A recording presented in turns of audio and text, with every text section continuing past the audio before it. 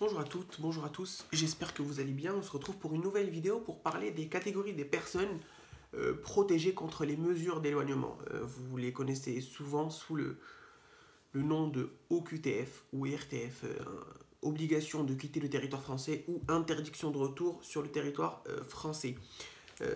Lorsque principalement vous faites une demande de régularisation qui signifie demande par laquelle vous demandez au préfet de votre département de vous autoriser à séjourner de manière régulière sur le territoire, il se peut qu'il y ait des refus. Il se peut que le préfet ne veuille pas vous donner l'autorisation de séjourner régulièrement sur le territoire. Sachez d'une part que la personne qui est habilitée, ou du moins la personne compétente pour délivrer des autorisations de séjour, c'est le préfet qui le fait pour le compte du ministère de l'Intérieur, du moins pour l'État. Il n'y a pas une autre entité que le préfet qui délivre des autorisations de séjour. Sachez également que si un préfet d'un département vous a refusé le séjour et que vous déménagez dans un autre département, cela ne signifie pas que vous allez absolument en adéquation avec l'ancienne décision, avoir également un refus de titre de séjour ou d'autorisation de séjour. Les préfectures traitent leur dossier de manière discrétionnaire, c'est-à-dire que chaque préfet a la discrétion de donner, de délivrer ou de ne pas délivrer un titre de séjour et du moins une autorisation de séjour.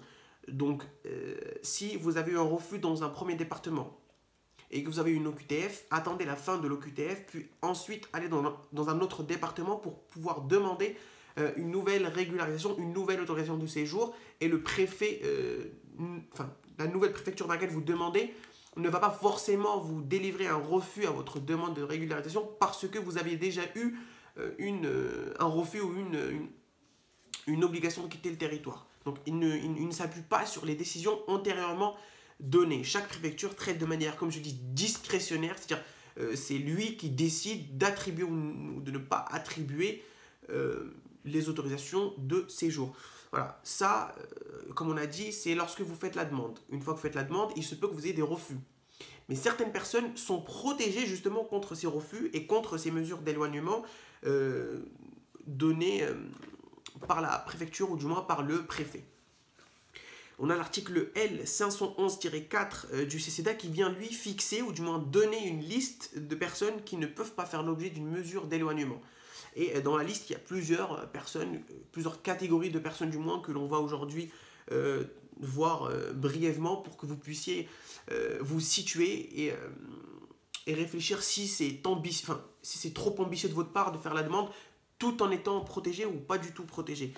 La première catégorie de personnes qui est protégée contre les mesures d'éloignement de la part de la préfecture en cas de refus de titre de séjour ou d'autorisation de séjour régulière sur le territoire français, c'est les mineurs de 18 ans. Quand on dit les mineurs de 18 ans, ça signifie que ce sont les mineurs de moins de 18 ans. Donc toutes les personnes qui ont moins de 18 ans et qui demandent un titre de séjour, une régularisation, ne peuvent pas voir à leur encontre prise une mesure d'éloignement ou une reconduite aux frontières. Parce qu'ils ont moins de 18 ans et ils sont protégés. Ceci est le principe de la première catégorie de personnes. Par contre, il y a une exception à ce principe-là, vous l'aurez compris, à chaque fois il y a des petites exceptions, c'est le cas des mineurs qui accompagnent leurs parents qui eux-mêmes sont en situation irrégulière. On dit que si un mineur isolé ne peut pas faire l'objet d'une procédure d'éloignement, un mineur peut être conduit à la frontière en tant qu'il accompagne son parent en situation irrégulière. Donc si vous êtes mineur, isolé, vous êtes tout seul, vous ne pouvez pas avoir à votre encontre délivrer une obligation de quitter le territoire. Par contre, vous êtes un mineur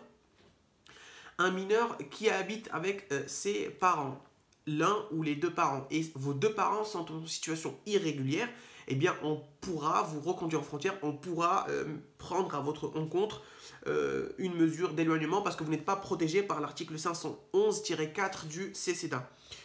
La deuxième catégorie de personnes, ce sont les étrangers qui résident en France depuis l'âge de 13 ans. C'est-à-dire que si vous êtes rentré au maximum à l'âge de 13 ans sur le territoire français, vous avez fait vos études ici, etc., on ne peut pas prendre à votre encontre une mesure d'éloignement. C'est-à-dire que vous pouvez demander autant de titres de séjour que vous voulez, vous pouvez avoir autant de refus que possible, mais on ne pourra jamais vous reconduire en frontière, on ne pourra jamais délivrer à votre encontre une mesure d'éloignement pour vous reconduire à votre pays d'origine parce que vous êtes rentré en France avant votre majorité, ou du moins avant l'âge de 13 ans. Donc vous pouvez rentrer jusqu'à l'âge de 13 ans au maximum. À partir de 13 ans pile, enfin 13 ans, le jour de votre anniversaire où vous avez 13 ans, vous n'êtes plus protégé par l'article 511-4. Donc vous pouvez toujours rentrer avant et demander par la suite sans pour autant voir délivrer à votre encontre une obligation de quitter le territoire. La troisième catégorie de personnes, ce sont les personnes, ou du moins les étrangers, qui résident régulièrement en France depuis 10 ans et plus, hors période d'études. On ne prend pas en compte la période d'études. Mais si vous êtes en France depuis 10 ans ou plus, on ne pourra pas prendre à votre encontre une mesure d'éloignement. C'est-à-dire que vous pouvez autant que possible faire vos demandes de titre de séjour. Ça prend du temps, effectivement, entre les traitements et tout.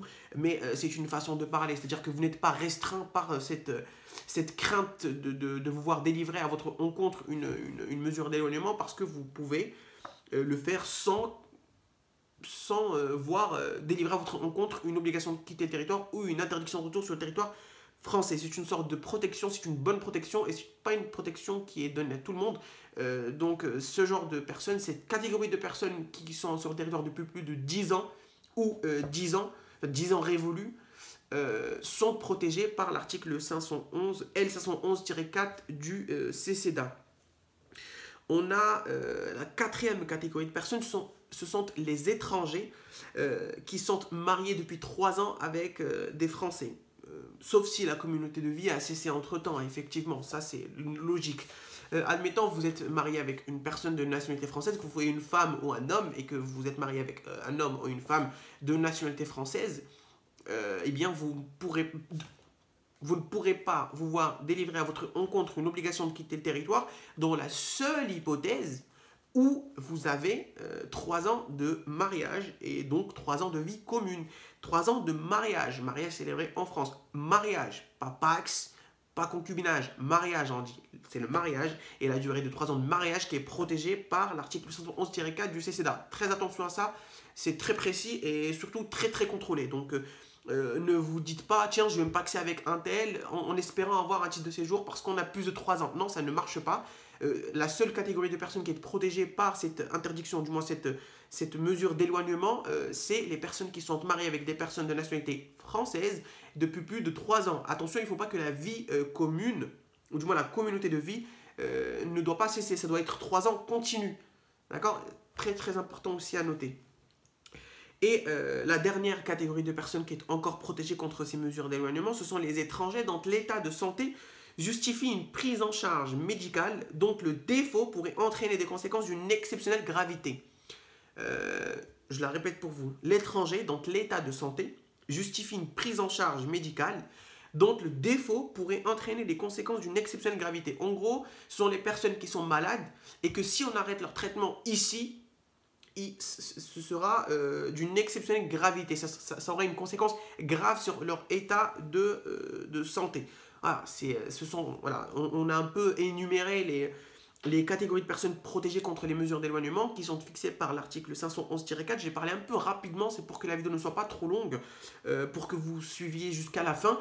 Donc plusieurs catégories de personnes: mineurs de 18 ans s'ils sont isolés, étrangers qui résident en France depuis l'âge de 13 ans, étrangers depuis plus de 10 ans ou plus sur le territoire français, qui résident régulièrement, surtout l'étranger qui est marié depuis 3 ans avec un Français, sans cession de communauté de vie, et enfin l'étranger dont l'état de santé justifie une prise en charge médicale dont le défaut, c'est-à-dire l'absence, pourrait entraîner des conséquences d'une exceptionnelle gravité. Donc c'est très important, toutes ces choses-là, tous ces points, vous devez les maîtriser et vérifier votre dossier, vérifier votre catégorie. Et si effectivement vous êtes dans ces catégories qui sont protégées contre les mesures d'éloignement, ma foi, demandez votre titre de séjour et votre autorisation de séjour auprès de la préfecture de votre lieu de résidence. Bon courage à tous pour vos démarches administratives. N'oubliez pas de vous abonner et à plus tard pour une prochaine vidéo. N'oubliez pas d'activer la cloche si vous êtes abonné.